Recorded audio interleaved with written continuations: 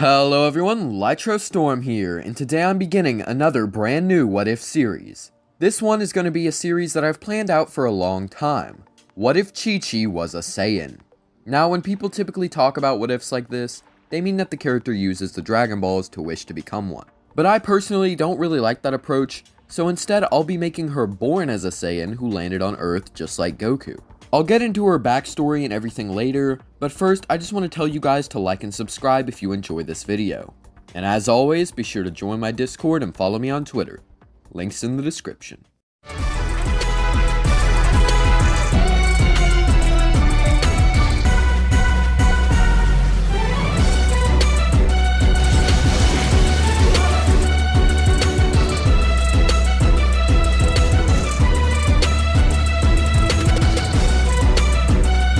So in this story, we're going to be saying that Fasha, the woman from Bardock's squad, had a child years before Planet Vegeta's destruction. Of course, Saiyans aren't really that loving, so she didn't focus on her too much, mainly focusing on her own missions and stuff. The father did, however, care, asking Bardock about Fasha and learning that she had died in a setup by Dodoria. Bardock then tells him that he has a suspicion Frieza will attack soon, and so he needs to decide to join Bardock and Gine in sending their child off to Earth. He does so, and Planet Vegeta is destroyed, and the baby girl lands at Ox King's castle. In this timeline, the Ox King failed at having a kid before his wife passed, and so this would be perfect for him. He decides to name her Chi-Chi, and raises her as his own daughter. At some point, the girl would look up at the full moon and become an Uzaru, destroying her father's castle. The Ox King decided to try and hide, as he didn't want it to be lost along with it. And so, this led to the sun rising and Chi-Chi eventually reverting to normal. The Ox King, being traumatized, would take his sword and chop her tail off, worried that this was the cause of it.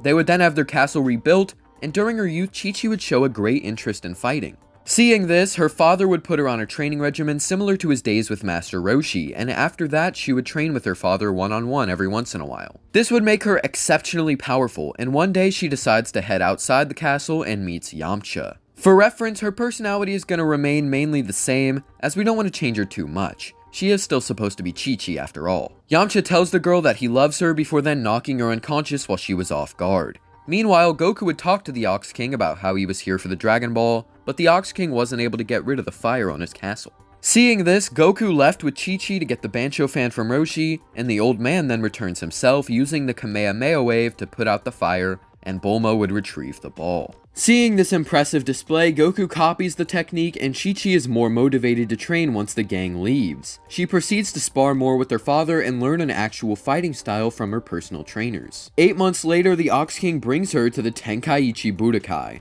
and here she would replace Ranfan since she was pretty fodder. With over a decade of training under her belt, she's gonna beat Nam pretty handedly. This leads to her fighting off against Goku in the next match, and she would actually be winning here. However, Goku begins to adapt and uses the Kamehameha to try and eliminate her. Chi-Chi takes a lot of damage from this attack, and this leads to her regrowing her tail. Goku makes the realization that the two are very similar, and Chi-Chi then uses her full power to take Goku down, which impresses him. He has been beaten by Chi-Chi. He's knocked out of the ring. She just won. With this, she knows for sure that he'll marry her now, and this means that she would take on Jackie Chun in the finals, and would do about the same as Goku, if not better. The moon then rises, leading to both Chi-Chi and Goku transforming. The two Uzarus begin to clash, and Jackie Chun takes that time to blast the moon and destroy it. After that, he proceeds to beat Chi-Chi and wins the final match. Goku would then head off to find his Dragon Ball, and Chi-Chi wants to be able to win the next tournament, so she joins Krillin and Yamcha in their training. The Red Ribbon arc takes place with not much really changing, except that Chi-Chi helps out in the Baba tournament and would probably beat one or two guys. After that, Goku is instructed by Roshi to travel the world for his training, and he does so, leaving our last three fighters to train with Roshi. This makes Yamcha and Krillin much stronger, with Chi-Chi being the strongest overall. Very late in their training, Roshi sends them to Korin's tower to climb it and to train with Korin for a day.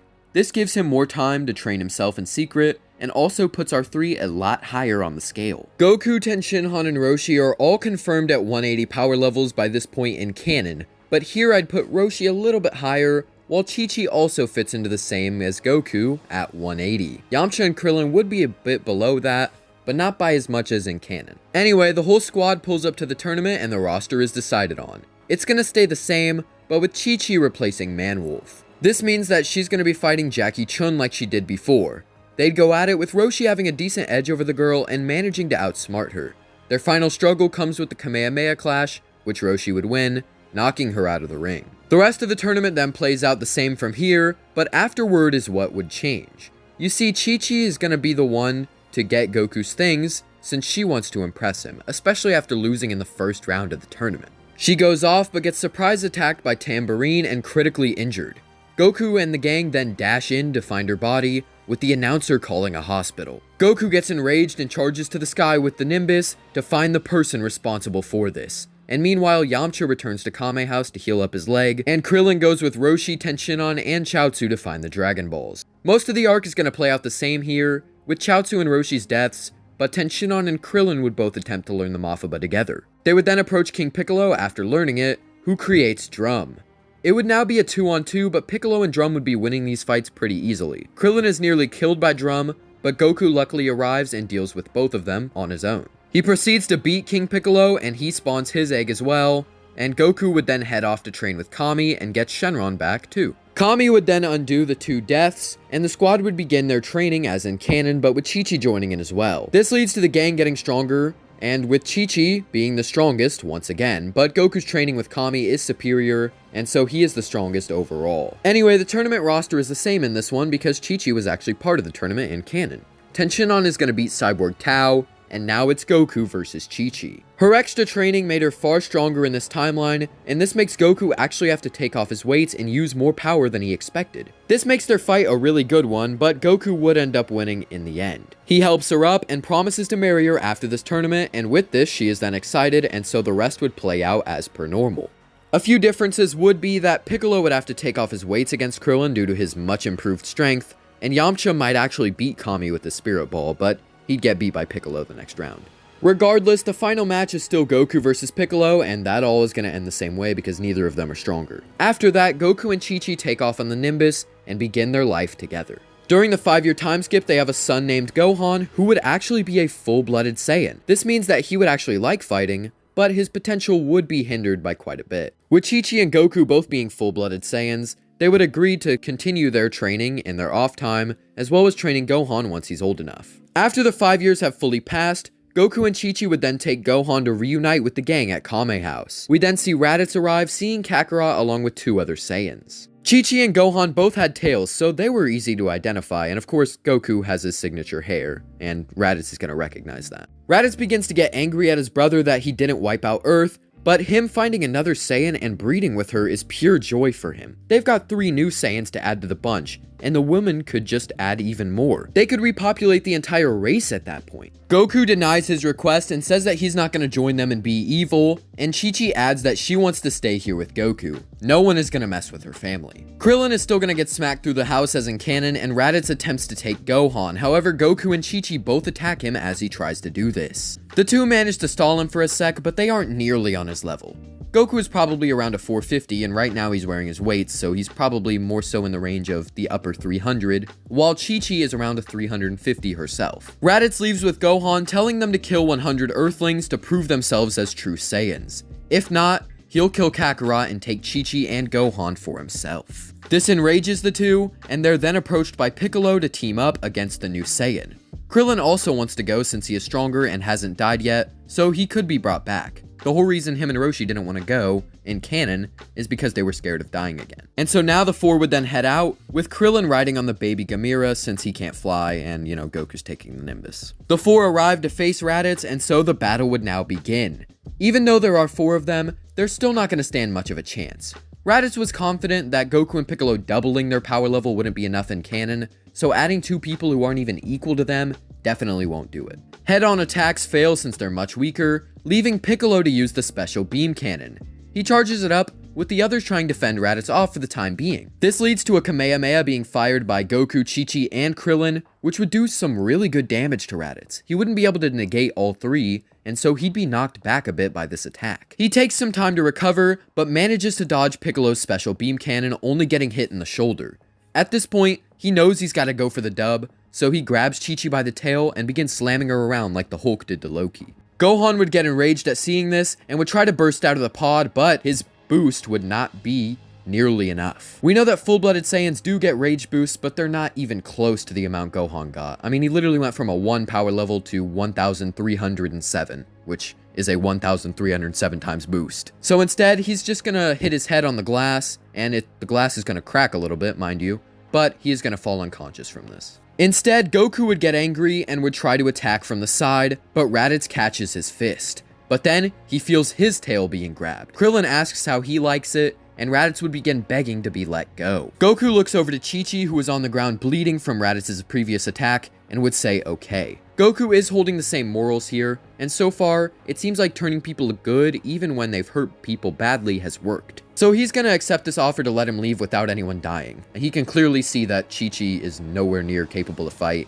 and none of them are really going to be a match on their own either. So the best choice is just to get him out of here while they still can. Krillin is angry at this, but lets him go similarly to what he did with Vegeta in canon, only to be elbowed in the face by Raditz, who would then fire a blast at Goku. This blast was an instant attack, so it did only just stagger him, but just as Raditz attempts to go after Piccolo, Goku uses a Kamehameha from his feet. This allows him to grab hold of Raditz from behind and hold him while Piccolo fires his beam. With this, Goku and Raditz both meet the same fate as they did in the show and manga. Piccolo would then remark to Raditz that they're going to bring Goku back with the Dragon Balls, but Raditz then reveals that Vegeta and Nappa were coming soon.